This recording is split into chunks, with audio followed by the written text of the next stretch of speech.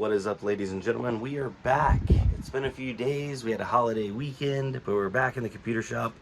My name's Brandon, and today I actually wanted to talk a little bit because I am sending out an AMD CPU, and I've had issues in the past, especially on the AM4. It's no longer a problem on AM5 because they went away from the pin and they went to an LGA with the pad design on the CPU side. But the pins are fragile, they're hard to ship. So I had a bunch of these shipping boxes printed up, and I've still had issues where people tell me they have bent pins on their CPUs, and then sometimes they break off whenever you try to bend them back. Now, is it a big problem? No, on smaller CPUs, but when you get up into bigger CPUs, it does become more concerning. So I'm thinking I'm gonna start pairing all of my AMD CPUs with a motherboard, so that way they ship in the socket, and I can go ahead and like literally test it, put it in there, and leave it in there. And the video I did yesterday about the Soyo boards, like, you know, having a budget board, I think that'll probably be one of the options. I might have two different AM4 options, so there's like a nicer board and then a cheaper board. But just so I don't end up shipping these chips through the mail, and hopefully have less risk, because I feel like when they're in the socket, there ain't nothing happening to them. So for example, this one is going out to max voltage. He ordered this. It's a B550 with a 5700G, and I have other AMD processors that I have not listed on my website yet, just because I've been hesitant, because I've had a couple returns due to bent pins. And it's just like, I've done everything I can at making those little boxes so that it rests on the edge, but if somebody pulls it out of there wrong or whatever, it could bend them. So if it's pre-installed in the motherboard, it's pretty much, you don't even need to take it out of the motherboard at that point. I'd like to hear your guys' thoughts and opinions on that, but other than that, today's just a behind-the-scenes video. We're packing boxes, we're enjoying the cool weather. A little bit of rain came in last night, so it knocked the temperature off, and it feels good. It's a nice day.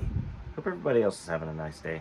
So let's get this order packed up, and then we'll jump on to the next one. All right, the next order, let me get the number here. Where are we at? Uh-oh, I lost where I was at. Order number, okay, I don't know. I'm gonna have to pull that back up, but in this order, they got a Radeon RX 5700 non-XT, and this one still has fans that spin decently, unlike this one over here. This one's shipping with new fans, but oh yeah, that's the one right there. Check that guy out. These MSI cards are just famous for having fan issues. But yeah, MSI Aero 1080 RX 5700, 1066 gigabyte, and this is a huge 1060, and then a 1080 Ti. So I have no idea what he's doing with this broad range of cards. Maybe budget builds, because these would all be pretty good graphics cards for budget builds. But I'm gonna get these packed up, and then we'll move on to the next order. Oh, and somebody did ask, what are people paying for these? So I'm gonna try to include that in future videos. Okay, there's the order right there. So they originally priced this 1080 was $120, but they got all of this on the sale that I did over the past weekend, where if you spend $400, you get $100 off. So this was marked down to $94.84. This 1060 originally was $77, and it was marked down to $60.85. This RX 5700 from MSI was originally $125, marked down to $98, and then this 1080 Ti was originally $155, but it got marked down to $122.51, and it automatically basically applies like a 25% discount. Well, not 25%, but I don't know how it works it, but it takes it, and if you spend over 400, it takes 100 off, and it takes it off equally off of each card. So I thought that was pretty cool. Yeah, so hopefully that explains some things, and let's roll on to the next one. All right, so it's time to pull the next order, and this one, he got a bunch of stuff. He also capitalized on the discount that we had going on.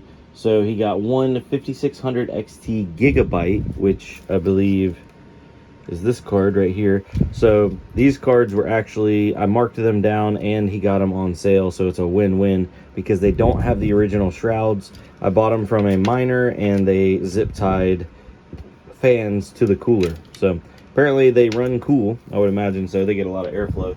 But I had these marked at $80, and after the discount he got them for $60.24 for that one. And then the next one he got was the MSI 5700 with the bad fans, but it includes replacement fans. It actually includes 3 of them just because I had them laying around. So on that one I had it marked down to 120, and that's a 5700 XT actually. Let me make sure this is the right card. Yep, that's a 5700 XT, and it was originally priced at 120, and then it was $90.37 after the discount. So that was a good little deal right there. And then they got a 578 gig XFX, which I believe, yeah, those are over there. So let's get this cabinet open and grab it.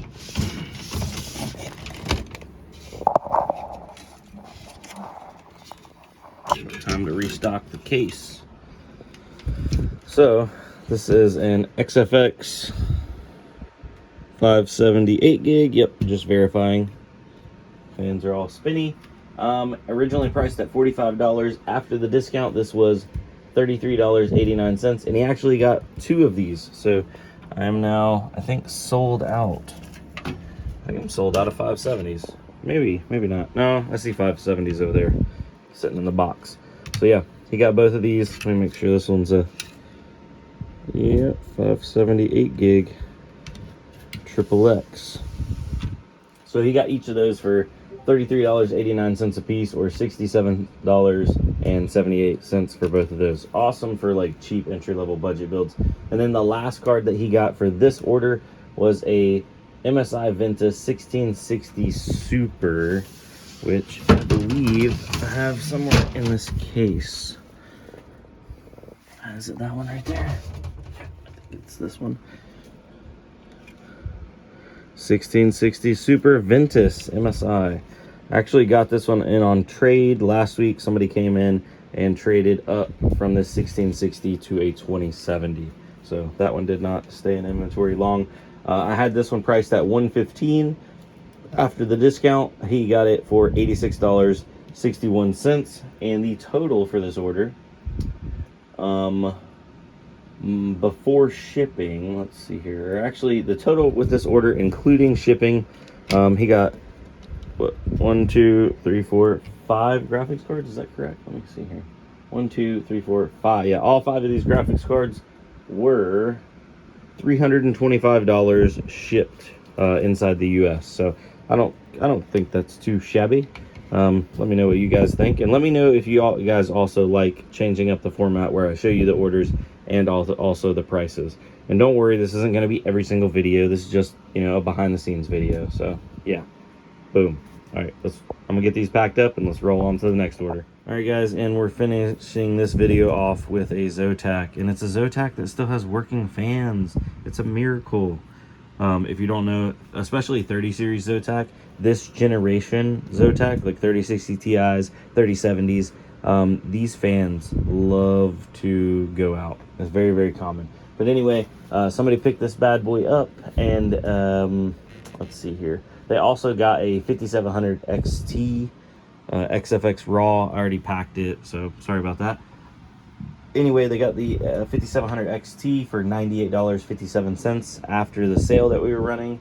The 3070 was $295 before the sale. After the sale, it came down to $225.43. So scored some decent little cards there. Let me get this one packed up, and I think I'm gonna call it a day because I gotta go pick up my son and get all this stuff shipped out. We have a bunch of boxes stacking up over there.